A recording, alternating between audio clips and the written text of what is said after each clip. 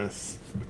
What's going on, everybody, and welcome to another episode of Freight Broker Live. Man, I don't know what is going. I don't think notifications are going out. I really don't understand. Like even on YouTube, like there's just nobody, which is just really odd because typically we have a lot more people. So I'm confused, but it is what it is. I just don't think it's giving notifications out to people. Someone said Steven, most conservative, been shadow banned. Yeah, but I'm not even talking about politics. That's the worst part. I'm here to talk about something that's pretty important in the freight industry. Because just like the title of this video says, Convoy, one of the biggest freight digital matching load boards out there, and freight brokers, and I mean, I think on the Transport Topics rated them in the top 20 last year or earlier this year for the largest freight brokers, public and private included. So that's pretty crazy that they are apparently shutting down. So I made a little video earlier, and then since then everybody else has reported on it, and I didn't break it by any means. I just saw it on social media early, and I look at it from a different perspective, one that's kind of being overshadowed because a lot of people now are reporting that Convoy shut down, pulled all their freight, did everything because they're attempting to sell their software, which is interesting because they said that, or like the Wall Street Journal, I think, has an article where it says that they're winding down their business, they're laying off, their employees. The announcement's supposed to come tomorrow, that their employees are going to be laid off in preparation for a sale of their freight brokerage. But you would think that you have just lost all value in your freight brokerage if you're telling your customers that they're hit, because that's exactly what happened today, or yesterday rather. Convoy sent out an email to every single one of their shippers that currently had loads and said, we're done, we're not shipping anymore, and if you currently have a load that is booked with the carrier, you got to call that carrier directly or cancel with that carrier directly. Otherwise you're on your own, essentially, which is, I mean, that's unheard of for a freight broker to do, to just burn their clientele like that. And let alone all the carriers. That's the aspect of it that not a lot of people are talking about, which is weird to me. So because not a lot of people Convoy. So let me explain, just in case you guys don't know who Convoy is. So I incorrectly said they were founded in 2017. That's incorrect. They were founded in 2015. A couple of ex-Amazon executives formed this company. They were the first ones to coin the term Uber of freight, even before Uber Freight was dealing with freight. They wanted to be this digital freight matching system where carriers could work directly with shippers, and it was supposed to be great. A lot of people realize that it's just, I mean, it's a freight brokerage. They're just using tech to do it. Or to do part of it. It's still not even automated. There's still people. They had 1,500 employees. Now they have about 500 who are all set to lose their job tomorrow, which is, I don't know. It's frightening to me. But apparently yesterday, some high up that has no involvement in the freight industry and that works there, running the biggest freight brokerage in the world, or in the United States, one of them, decided that it was a good idea to pull all the freight from their load boards, to shut everything down, to send emails out to all of their shippers and say, we're done. We're just done. We're closing down. That's it. And basically they sent an email out and they said, we're not going to answer any questions about it. If you have loads that are currently, not picked up but booked, it's your responsibility to call and cancel those shipments and cancel those drivers who are going to pick up your freight. There is no mention of any of the existing freight that's going out there, which is, it's kind of interesting when you think about it, because as soon as this news came out, Convoy went on a no-buy spree. So pretty much every factor, RTS, dozens of other factors, have all put them on no-buy. Meaning that if you deliver a load, say yesterday for Convoy, but you didn't bill it yesterday, and you go to bill it today, the factor is not going to fund that invoice. And that also leads me to question what is going to happen with the other invoices that have already been factored. Are the invoices that have already been factored, if you have recourse factoring, are they going to charge you back? Because there isn't word that they're going to file for bankruptcy. And I can't imagine that that they're going to file for bankruptcy. What everybody's saying now, I mean, even the Wall Street Journal is reporting this now. Bloomberg just put out an article. The Wall Street Journal is saying the company is backed by investors, including Bill Gates and Jeff Bezos, is seeking alternatives that include selling its technology. So digital freight startup Convoy, a business founded by former Amazon.com executives that has drawn a star-studded lineup of tech investors, has suspended operations and is winding down its core business as it seeks alternatives that may help, or that may include selling its technology, according to people familiar.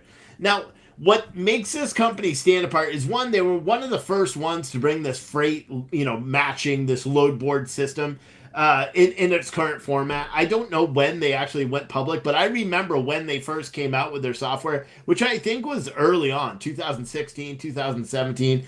JB Hunt 360, I think, was released right around the same time. There was all this hype in the industry. I remember it too. There was all this hype in the industry about how these load matching softwares were going to truly revolutionize the freight industry, right? Because it gave carriers the power to be able to book from their cell phones. They didn't need to call brokers. They didn't need to do all that. The only thing they had to do was look on their cell phone, say, I like that load, press a button. And then the load is automatically tendered to them. They don't have any paperwork to fill out. There's no signing rate cons. That kind of technology, Convoy was one of the first people to actually do that in the whole digital freight matching with their own load board type of a system. Now, there's been spreadsheets and embeds and stuff like that going on in the freight industry for years since I've been involved in it. But Convoy was the first one to kind of revolutionize that, and that's why they kind of keyed the term, or whatever that expression is. It's late, I'm tired. The Uber of freight. Which is weird, because now Uber freight is huge. But, for now. Because this also leads you to wonder, okay, what about all these other companies? What about the Ubers? We know JB Hunt's revenues are down. And granted, if you're on social media, you've probably seen this weird graph that's out that's extremely misleading, because it breaks down the yearly revenue of JB Hunt for, 2018, I think, all the way to 2022, or even before, 2015 or so. And then it breaks down quarter one and quarter two and puts those on the graph by themselves. So it looks like JB Hunt just completely saw a loss, when in all reality, sure, they're down from where they were last year, but so is everybody. But they're not down as much as everyone's trying to portray on social media. But anyway, Convoy is a huge player, right? They're a huge player. There's, just like everybody else in the freight industry, they're experiencing layoffs. They have for a while. I think there was other companies, Transfix, postponed a planned special purpose acquisition company merger and later laid off people. Transfix is another one. They have a great online portal. I actually use it quite a bit to book dedicated freight or round trip loads for some of our company drivers. I think it's great. I love these portals, to be honest. It makes my job as dispatching trucks out so much easier.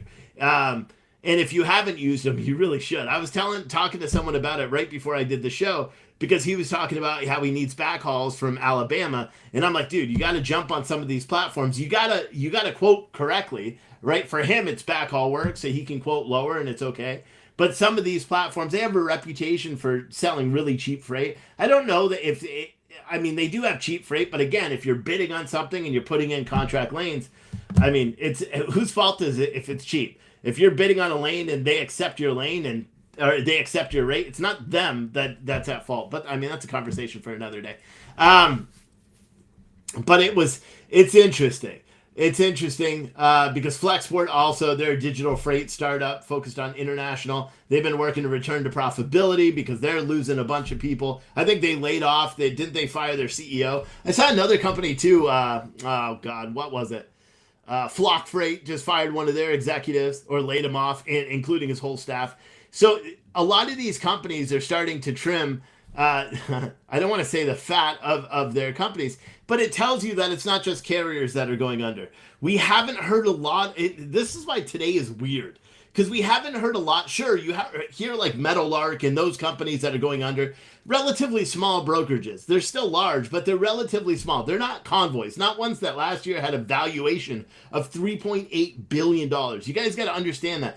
A short 16 months ago, this company that's apparently closing down now had a valuation of $3.8 billion. Last year in 2022, they had revenues of I think it was $1.3 billion. But then, and you can also tell their margins too. For everyone that thinks brokers are making an arm and a leg, their gross margin on that 1.3 billion was, I think, 108 million. But it's interesting when you look at it and you look at because everyone always promises freight tech. I believe that freight tech has a definite future. You're never going to be able to replace drivers. You're never going to be able to replace all of the actual sales aspects of freight brokering. Could you replace or supplement some of the duties that a freight broker does or the carrier side does when they're booking loads, or the accounting or any of that stuff? Absolutely. And that's where freight tech should be focusing. You shouldn't be focusing on trying to revolutionize. I hate that word, even though I say it sometimes in some of our ads. But you shouldn't be trying to revolutionize in terms of like completely fundamentally changing everything from the ground up. Because ultimately, most of these these digital freight matching platforms, you know what they are? They're freight brokers that are, what's this new term I heard today, smart brokers. Because all they're using is tech in order to automate some of those processes. And that's one of the things I'm building. I'm building something similar to that, which is interesting. But this Convoy shutting down is getting a lot of publicity because of how big they are, right? And I've spent the past couple of hours looking online, looking on Facebook, looking on LinkedIn, trying to see the reception or how people are reacting to the news of Convoy shutting down from a carrier perspective, because you're not seeing much of it, which to me is weird. And the employees are eerily silent on Convoy. Now, usually on LinkedIn, when there's a layoff or a company is going under, you could see it pretty quick on LinkedIn. The employees post that, the job has come, to an end, blah, blah, blah. We're trying to find jobs, blah, blah, blah. You're not seeing that much with the Convoy side, and it leads me to believe that a lot of their employees are foreign, and not based in the States. And I have no knowledge if that's true or not. They could have 500 employees sitting in Seattle. I have no idea. But the fact that I haven't seen a lot of people looking for jobs, at least me and my network, and I have a big network on LinkedIn, and I haven't seen it. I find it odd. I know some of the other comments. People are saying their mailboxes are full with shippers that are looking for freight. I mean, here's and I'm not a lawyer, so I'm not going to give any legal advice. But what I would say is, if you're a carrier and you've hauled for Convoy, that email that they sent to all their shippers saying, that you can work directly with the carrier, that's kind of an open invite to go get your own direct shippers, wouldn't you say? I mean, I'm not a lawyer, so I'm not going to try to say anything. But I would, if I had Convoy customers, like, for example, if I knew how to pull them up in our system, I would be calling all those customers and be like, hey, we're a carrier. We hauled the load for you with Convoy. Did you hear the news? They shut down. We'd love to work with you direct because it's the only time. If the company's going belly up, it's interesting. Someone said just because they're big doesn't mean they can't make mistakes. Yeah, I agree with that. And I'm curious to find out what the mistakes are with Convoy, right? Because they were still making money. They still had net revenues, or I don't know if they had positive cash flow. I can only assume. They raised so much money, though. I mean, you gotta look at how much they raised. From the beginning, they raised over $500 million. $500 million, which is just insane. They had I think it's like 600 something billion dollars. 600 something million dollars that they've raised to build this freight tech. Like, I can't even imagine if I had, at my disposal that much money to fix, the freight industry. I could fix the damn freight industry for that much money. Can you believe that? But it's interesting when you think about from this perspective. And I did put it out on Twitter, and I tagged Craig Fuller in it. And I don't know if he's replied. I'm going to look now to see, because I did have a question about it, because I'm kind of curious, and he hasn't replied yet. Because one of the questions I had is, now Axios, this is before, I've already said it, but Axios is confirming layoffs for Convoy, which nobody really knew what was going on. Like, even me at some point today, I thought it could be a hack, or it could be a system-wide glitch or something. And I saw a video that Freight Caviar put on Twitter or X or whatever you want to call it, where it was apparently a Convoy rep that either he was, one, very convincing and was lying to the shipper or the carrier, whoever it was, or secondly, At the time that video was recorded, that convoy rep had no idea that he was going to lose his job tomorrow, which is sad. Like, I know I'm like smiling. It's because I'm tired and then whatever. And it's news, and I find it interesting to talk about these things.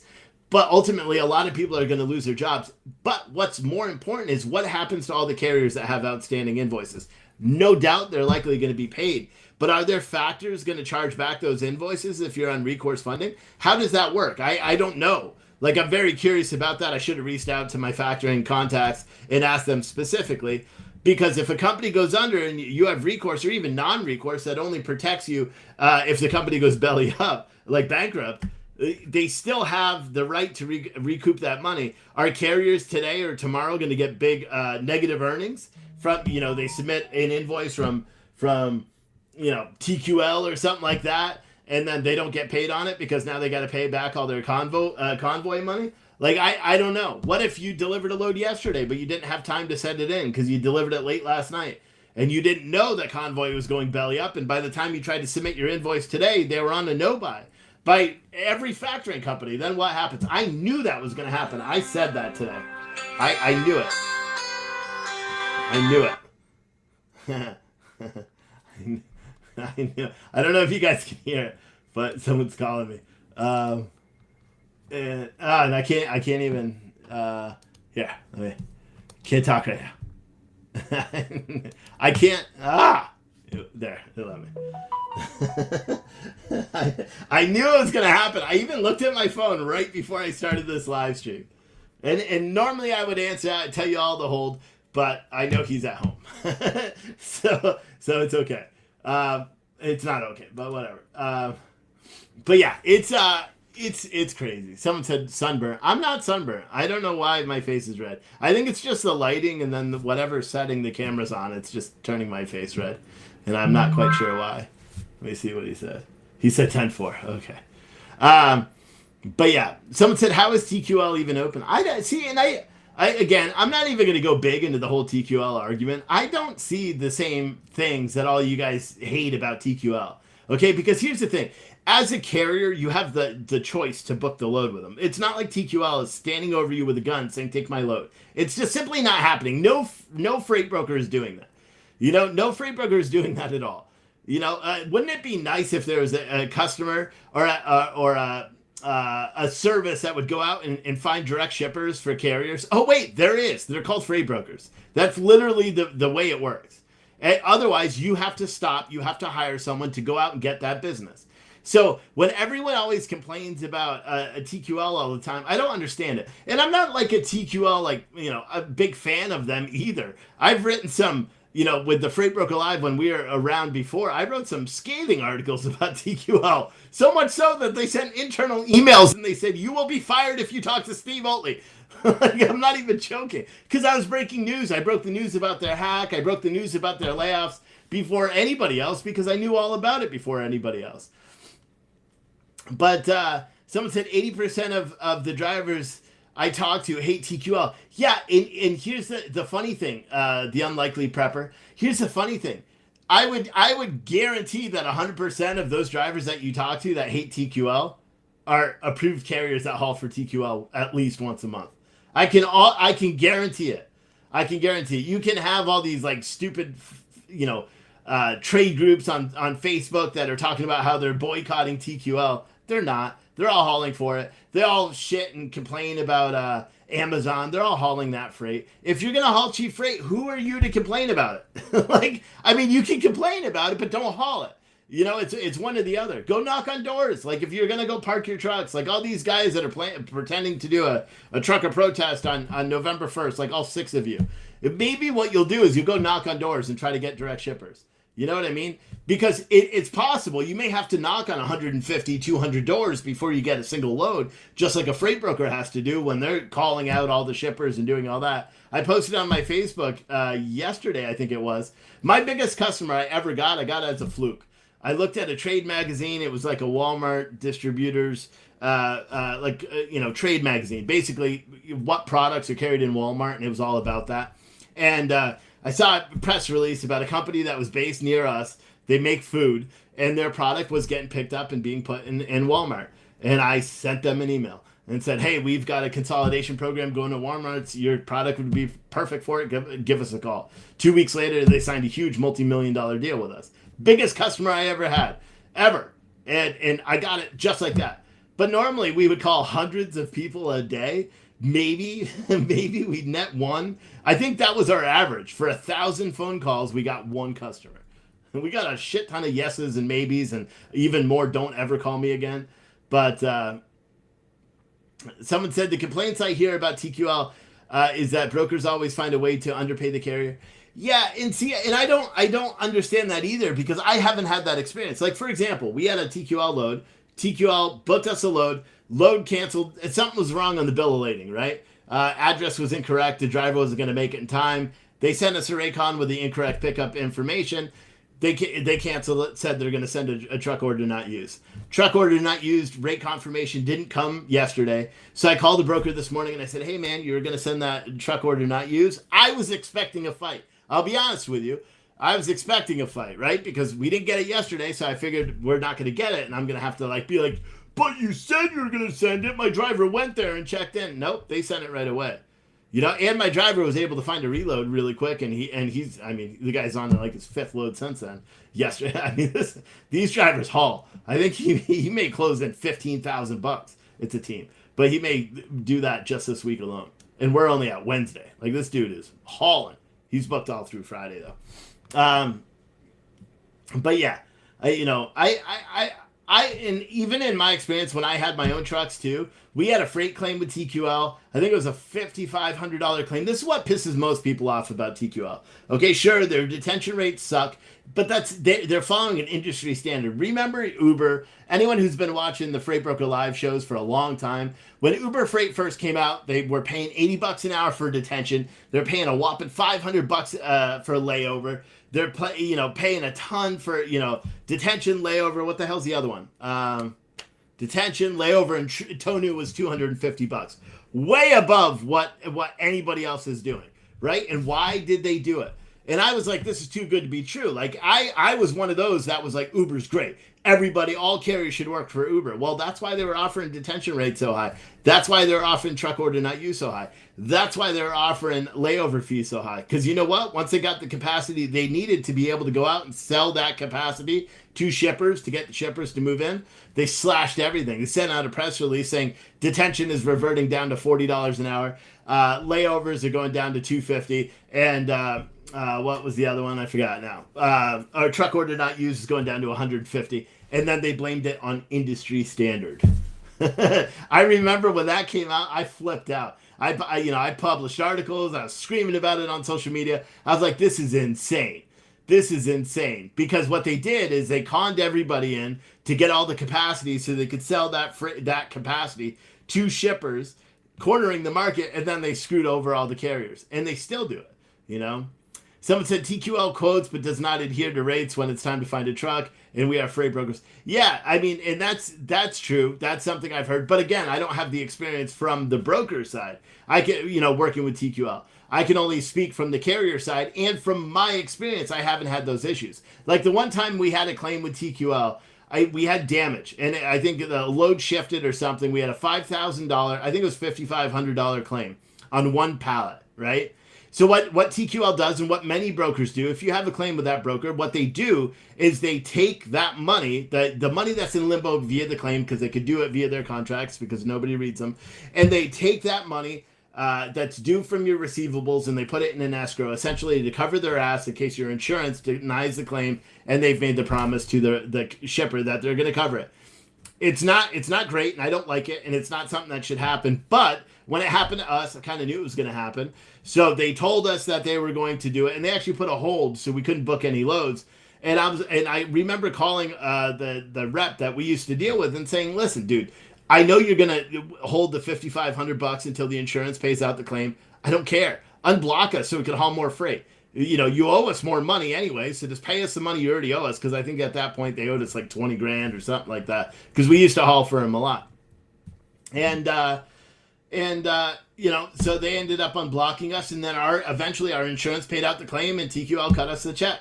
I mean, I know a lot of people have negative But then again, a lot of the people that are complaining about TQL and how awful they are the same ones that are booking the freight with them every day. You know what I mean? I always get a kick out of it when someone's complaining about TQL online, and then you get a TQL account rep, a national account rep that gets on there and he's like, "Hi, I'm a national account rep with TQL. I would love to help you, figure this out so we can make sure it never happens again." And as soon as they get the MC number, the TQL rep ghosts them because all they're doing is blocking them from their platform. And I don't know if every TQL rep does that, but I'll be honest, if someone's talking shit about me online, I block them too. I would do the same thing. We're going to be launching a brokerage too. If people are just, talking out their ass, well, we won't use them. Why would we? Why would anybody, work with people that are just bad mouthing them on the back and then coming back and be like, "Oh, give me that load," it's like a crackhead, I don't know. It's very odd, and, someone said the problem with TQL. Someone said, "When's TQL going under?"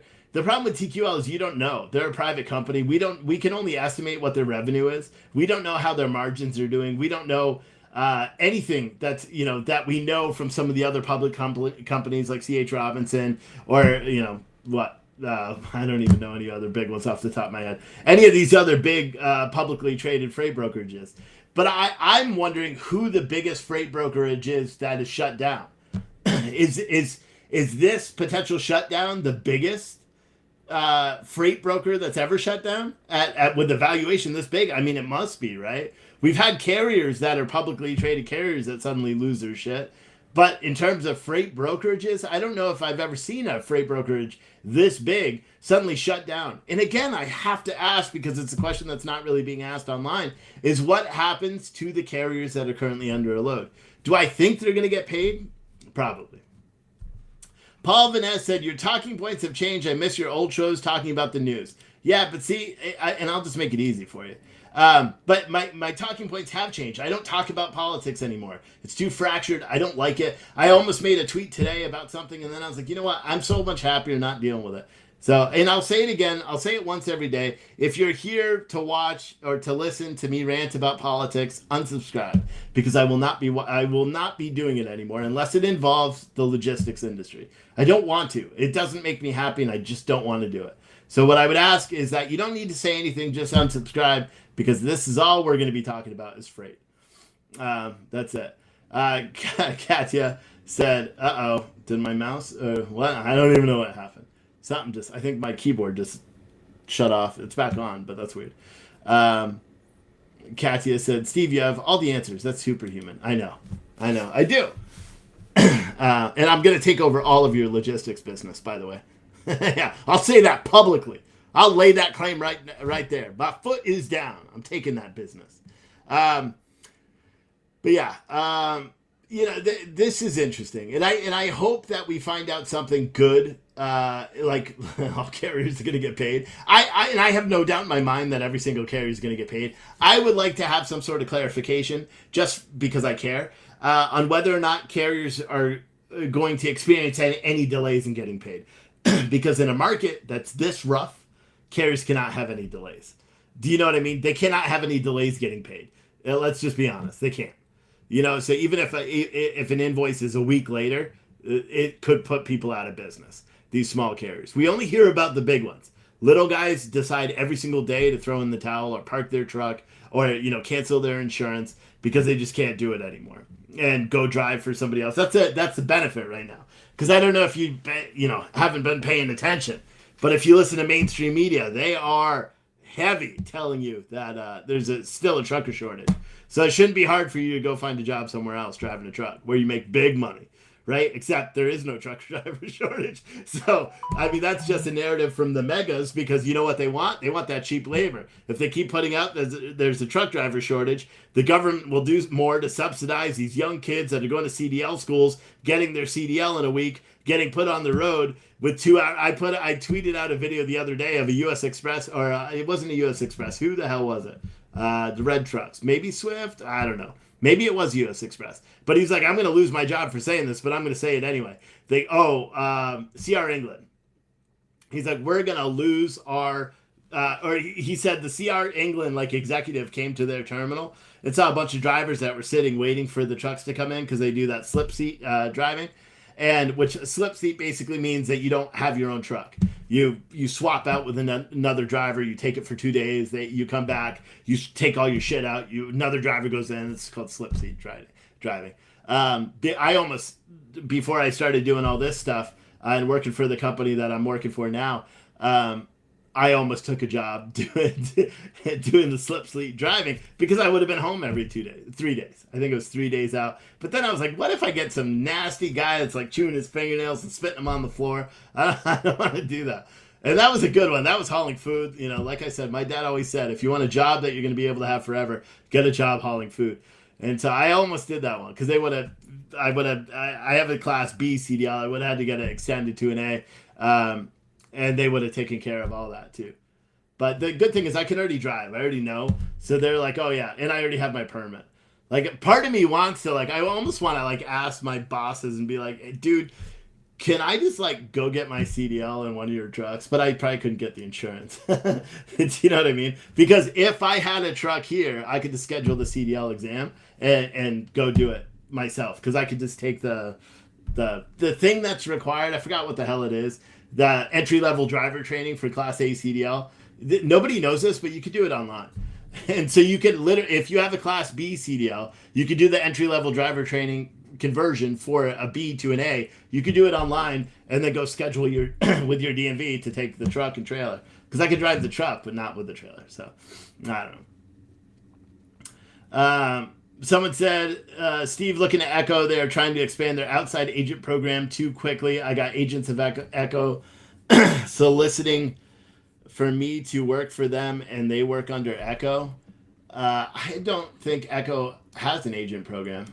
And if they do, that's a new one. I wouldn't be surprised if a lot of people try to switch that. But the last I heard, Echo Logistics does not have an agent program. Maybe it's changed in the past 2 years. It's been a long time. I don't see anything on any searches about Echo. Really? Katya said they do as well. Huh. I've never heard of I mean, some of these I don't it's not even on their website. If one of you guys finds a link, I'm curious to see that if Echo has an agent program, because I've never heard of that. Sometimes you have I don't think it was Echo, but there are some companies that are really big freight brokerages that have agents that have been grandfathered in for a long time, but I've never heard of it. And I've never heard of Echo having it. And more power to them. I mean, here's the thing. When you're bringing on sub-agents, the best way to make more money as an agent is to bring on sub-agents and have them help you do sales. You know what I mean? I used to bring on sub-agents, and I would train them to dispatch. I trained them to look for loads. And because in all reality, even though they're making a living, I'm making a commission off of whatever they bring in as well. So, it wouldn't surprise me if some of these big brokers tried to do that. It's also a lot of liability, though, especially with all the freight fraud and all the stuff that's going on now. I don't know if I'd want to build an agent program unless I'm just bringing in people with a solid book of freight. I don't know if I'd be comfortable doing that. Someone said freight tech is the biggest failure ever in this industry, and so many people believed and drank the Kool-Aid. The unlikely prepper. Can you do that? SteveOatley1@gmail.com. SteveOatley1@gmail.com. Because I'm curious to see. What was I going to say? Michael's comment here. I'll put it right on the screen so I don't forget it. He said, freight tech is the biggest failure even in this industry, and so many people believed in them and drank the Kool-Aid. See, I wouldn't classify freight tech as a failure right now. Would I consider Convoy a failure? Yeah, but we also don't know how much money they were actually losing, if they were losing anything. I'm assuming they were losing money. But here's the thing. This also goes against the narrative that freight brokers are greedy sons of bitches that are taking 50, 70, 80,000% margins. Wouldn't this argue that? Wouldn't this counteract that narrative if we start seeing a bunch of freight brokers suddenly shutting down? Because I thought the reason why rates are low, this is what, if you go on the National Owner Operator Association Facebook group that's full of, weird, moderated by some weird people that have their own little lease purchase fraud shit going on, which I'm digging into. That's going to be an interesting thing to when I finally figure it out. Yeah, Melody Logistics. Everybody, if you are an owner operator that believes they're leased on to NOOA, but you're actually leased on to Joseph, not his real name. I think it's like Adam or Acom or something like that. Whatever, I don't know his last name, but Melody Logistics out of Arizona. I'm interested to talk to you because I heard about one of their lease purchase trucks, right? What was it? $550 a week for a truck with 775,000 miles on it. You fucking idiots. And I don't mean to say that to be mean. Like, if you really want to drive, find a different damn truck. Like, why would you agree to pay that much for 48 months? Are you kidding? You're going to end up paying $500,000 for a truck that's going to break down in 2 months, and you're going to be on the hook for it.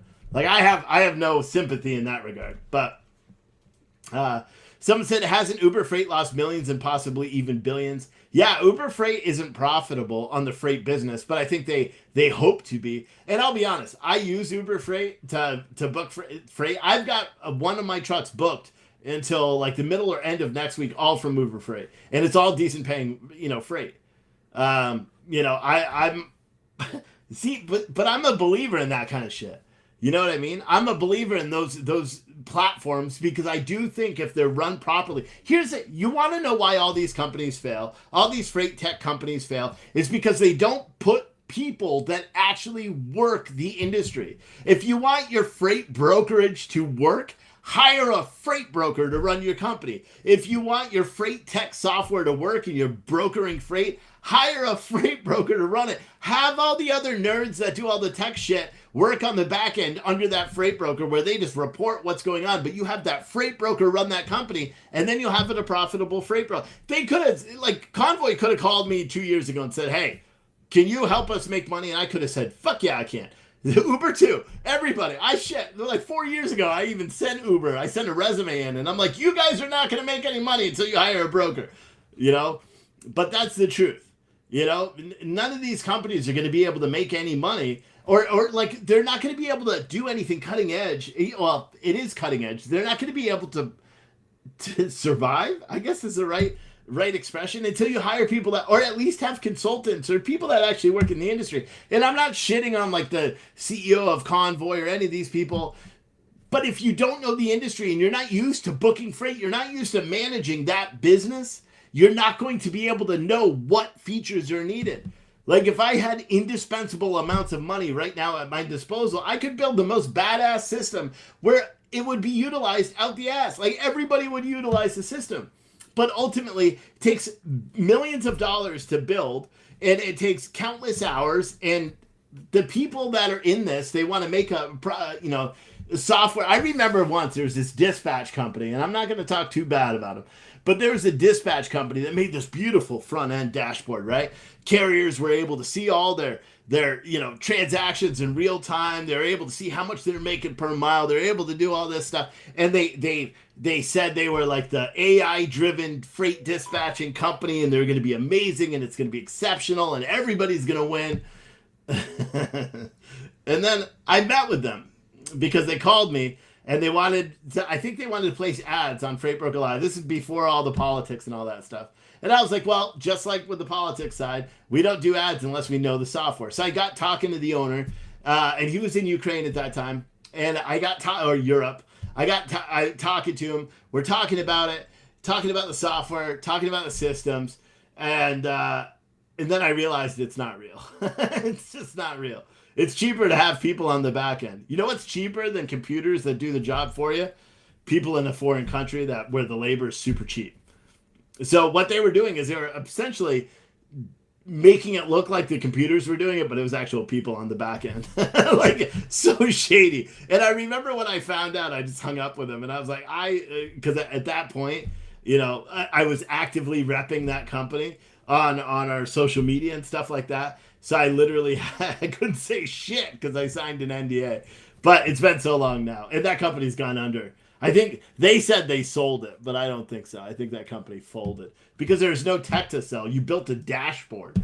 There wasn't, like, here's the thing. I built a dashboard with a back-end database, right? Which gave the concept enough that I got super excited and I pitched it to our company and they're like, slow the fuck down, bro. Like you're going to break the internet. so I had to chill out a little bit. Kind of had that conversation 2 days ago where, they're like, you have so many ideas. You got to like slow down, like choose 3 or 4 of them. Like all of them could generate a lot of revenue, but my brain doesn't stop. You know what I mean? But yeah, it's interesting. But I built the whole backend database using an Airtable database and different plugins and API calls into a really nice portal. And then I said, holy shit, you know what this is? It's a fucking load board. I just built a self-dispatch load board, and it only took me 48 hours. Like nonstop, working all weekend. But I did it, and now I know the fundamentals of how to do it properly, but it's not the direction we're going just yet. We will, but not yet. We're going to stick to the regular brokering and just dispatching and trying to help some of these drivers that just need help. Because let's face it, some drivers need help. You don't have time to go out and book freight. That's why these freight tech systems are beautiful. If you've never dispatched freight, you don't understand. You're not used to actually trying to book freight. You're not used to doing those things. Looking on a load board, calling on a number while you're driving down the road. You can't do that. That's illegal. You lose your license, right? So what do you got to do? You got to pull over, right? You're burning your hours. You're like, hi, TQL, please press 8. Please press your post ID. Beep, beep, beep, beep, beep, beep, beep, beep. And then you talk and they're like, okay, where are you calling from? What's your MC? What's your password? What's this? What's that? When are you empty? I'm already empty. I already told you that 5 times. Okay. All right. Please hold. All right. Can you do that for about $7,000 cheaper? And then you say yes because you're at wit's end. You don't have anything else. And they're like, what's your MC? And you're like, I already fucking told you. And then you hang up. That's what carriers have to do.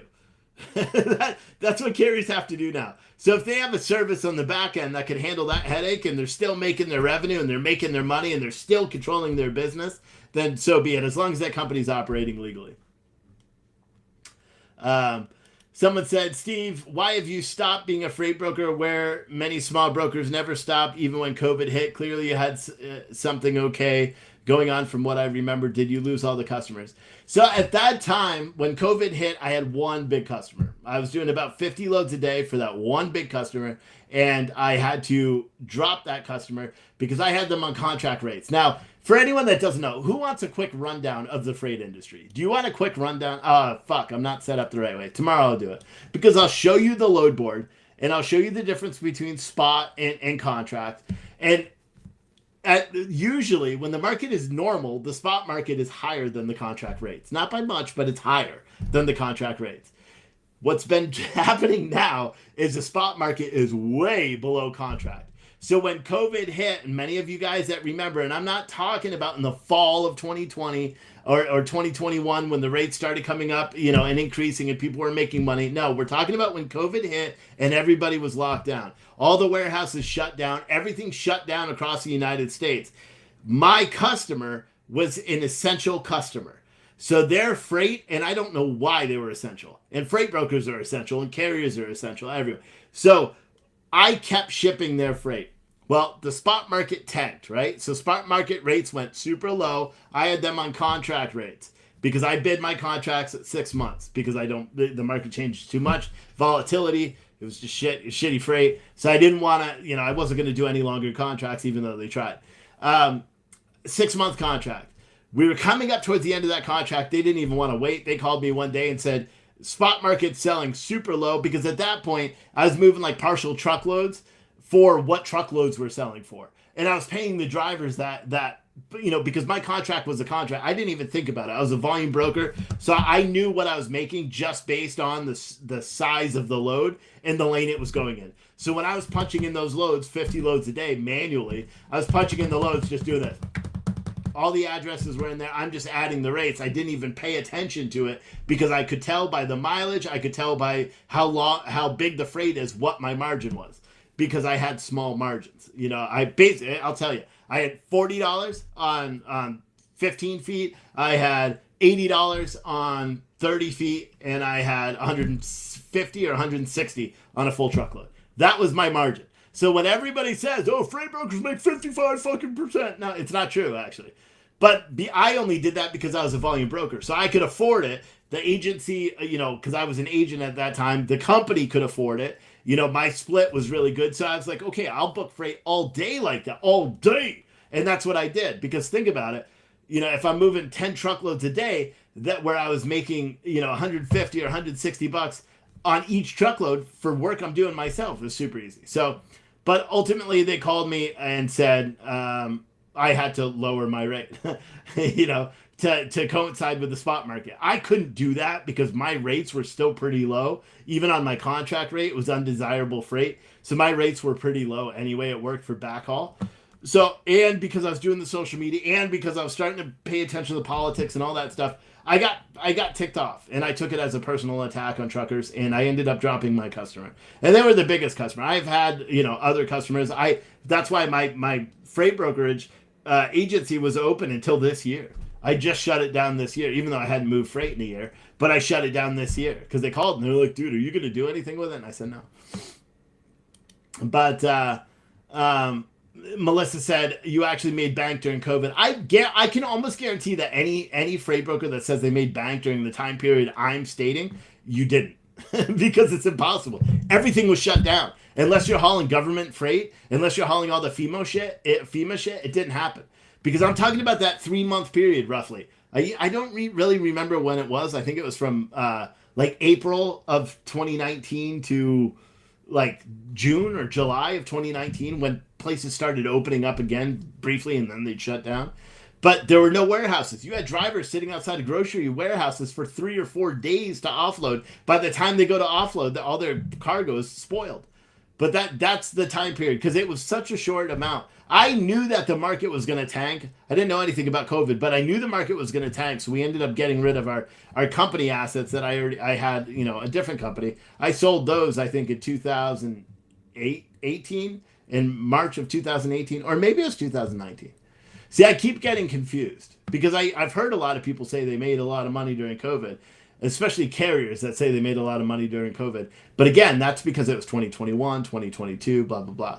Someone said PPP, Steve. Nah, see, I didn't believe in PPP loans or what was it, the EDIL grants. I don't believe in government handouts. So I didn't apply for PPP. I didn't apply for the EDIL. I didn't apply for any of that stuff because I don't believe in it. I don't believe in government handouts. And sure, could they have saved the business? No, it wouldn't save shit anyway. So someone said, did I ever own a brokerage or I was an agent? I've done it all. I've owned a brokerage. I've set up brokerages. I was a sales director for big 3PLs. I've been an agent. The majority of my time I was an agent because I could move freight a lot easier. They had way more assets. So the majority of my time I was an agent, like a broker agent. So I managed my own book, but we booked it under a different MC because the same things that every new broker or small broker has is you got cash flow issues. When you're an agent, you don't have any of those issues. But then again, it takes a long time to find an agency where you can go and you can work and you're getting a decent commission and you're getting the support you need in order to be successful. I think it took me 10 years of being an agent for all these other companies until I finally found it. And that's the one. And I have an open, I could go back tomorrow if I wanted. They've said that to me because they're just such a good company. But now I'm not going to say who that company is because I work for another company who's even better than them. See what I did there, guys? I know you're watching. Melissa said we ran under an agency much cheaper. Yeah, it is cheaper too because you have the shared expenses like DAT. Some of the agencies that I've worked on, like the last agency, I didn't pay for shit. I had no technology fees. I didn't have any DAT load board carrier 411. I didn't have any fees at all. It was just a straight commission split, so it was easy to say. Someone said, if you do things right, you should be making at least $150,000 a year as a broker. I would agree, especially if you're a solo broker. I mean, it's a lot easier to do if you're a solo broker. Once you start adding staff or agents even, it becomes more expensive and it becomes more time consuming and all that stuff too. But yeah, I agree because $150,000 a year as a freight broker is manageable if you're a go-getter. I see online so many people, like there was this one person the other day that was commenting on one of the Facebook groups about how they can't get business. And they're like, I don't know why I'm not getting business, blah, blah, blah, blah, blah. And so I messaged them. I'm like, how many phone calls are you making? They're like 20 a week. I'm like, 20 a week? How about 20 a minute? Like, you need to be blowing up the phone. And it sucks. It's so deflating. Like, you will cry. I promise you. If you are doing your cold calls right, you will cry because you need to make 100, 200, as many phone calls as you can. You need to have an auto dialer, something like Ring Central, and a CRM that has the click to call. That's all you do. So you sit there and you're like, hi, my name is Steve calling with blah, blah, blah. I'd like to move your freight today. And then by the end of the day, you're like, hey, it's Steve, you got any freight? Like, seriously. And eventually you'll get them. But you have to work at it. It's not a job where you're not gonna, but just like any telesales job, because that's what it is. But it doesn't end there unless you're just doing the sales part. But if you do your operations business too, this is where it gets difficult. Say you call, right? You spend 4 or 5 days calling. You call 800 people. You finally land a client. He says, all right, I got a load for you. You book that load. Boom. You made your first like $200 commission. You're ecstatic. You're like, yeah. Now what do? You start calling again. And you call and you call and you call and you call. And then you get a second customer and a third customer and a fourth customer and then a fifth customer. And then if you're a smart broker, you'll stop. Because you always want to have other customers that are ready for you to go to, but you don't want to overflow, especially if you're trying to do your own thing in your house. You don't want to have 50 or 60 customers, because what happens when they all decide, oh shit, we need to ship this today? They all call you at once and you're overwhelmed and you can't handle it and you lose, or you sell a load for too much money because you confuse the rate and all those things. So and here's the thing, that's one of the reasons why carriers can't go out and do that job.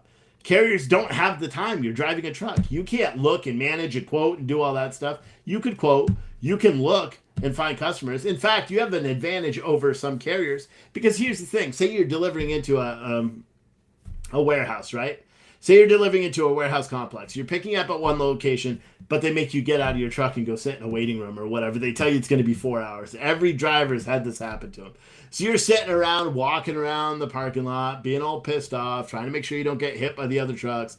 You're looking at all these other people loading all their stuff and all the other warehouses. How come you're not out there putting on a button-up shirt with your company logo on it with business cards and saying, hey, man, I'm over at XYZ Plumbing Fixtures. I'm picking up some fixtures over there. I wanted to hand you a card. Do you ever need any freight?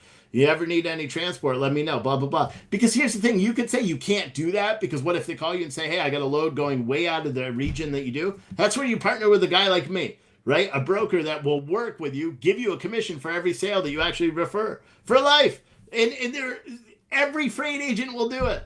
Every freight agent will do it. If you call a freight agent and say, hey man, I got a customer that has a load, you'll get them credit approved and all that. They got a load right now going from point A to point B. They need someone to ship it. They contacted my trucking company. I can't do it. Can you do it? Set me up. Send me a contract. I want 25% profit, 25% margins. You will have a contract before you even hang up that phone. You know why? Because freight brokers want the business. And then if you get a good broker or a good shipper or a good carrier, that where you have a deal like that, you'll get residual commissions on your sales too. That's one of the things that I want to do. But people have to do that.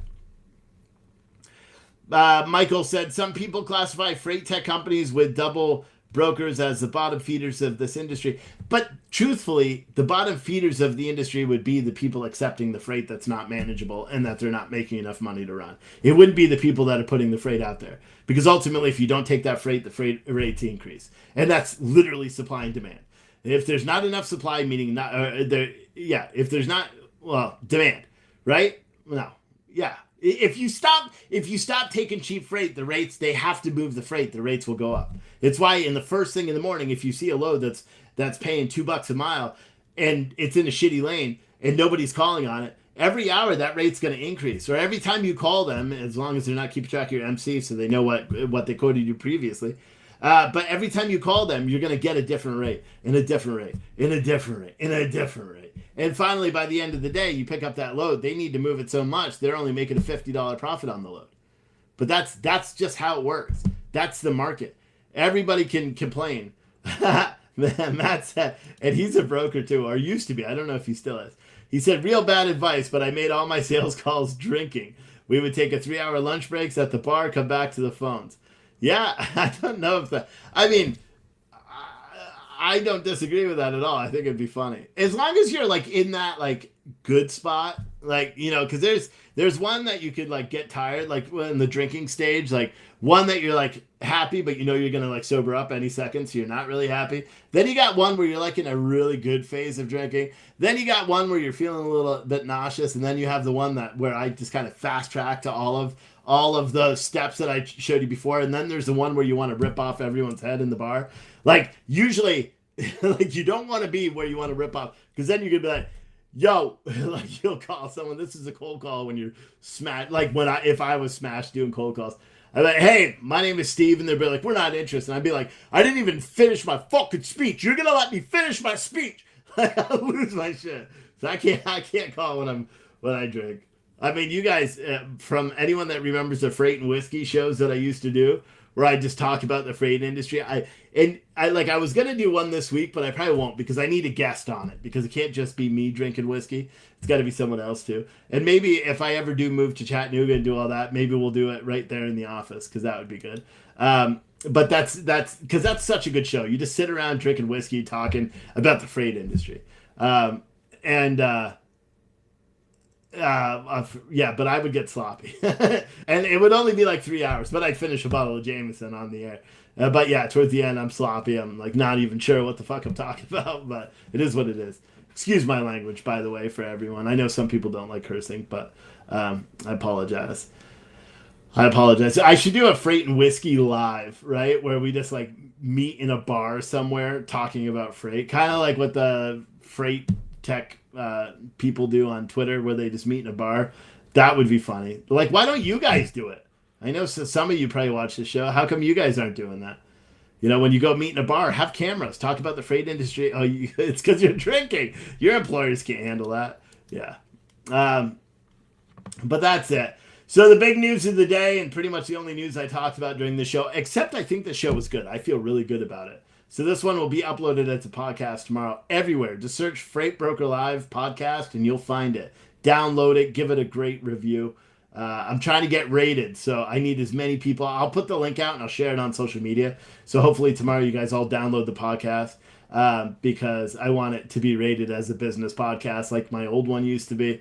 Because it pissed everybody else off. Like, how many people remember that? Oh man, it made them so mad. Why is this guy that sits in his house talking about freight getting more than our multi-million-dollar budget podcast? And I'm like, I don't know, it could be the content. But that show's evolved so much better. Like, it's one of the shows I listen to every day. And who would have thought pop culture could be so I'm talking about What the Truck podcast by Freightwaves and Tim Dooner. Like, it's evolved over the years into a really good show that I actually enjoy listening to. They have good interviews, but more so, I get a kick out of how they take things that don't really involve the freight industry and connect them to it. And they do it with like TikTok videos and shit. It's funny. I really like that. It's become one of my favorite shows. The Freight Caviar. If you've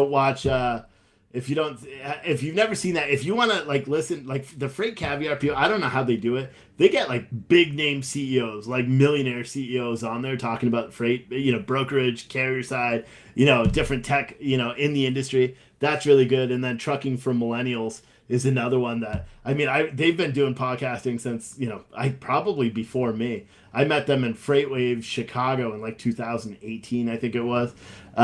Very good, or 2019, very good people. Before I even worked for Freightwaves, that's when I met them.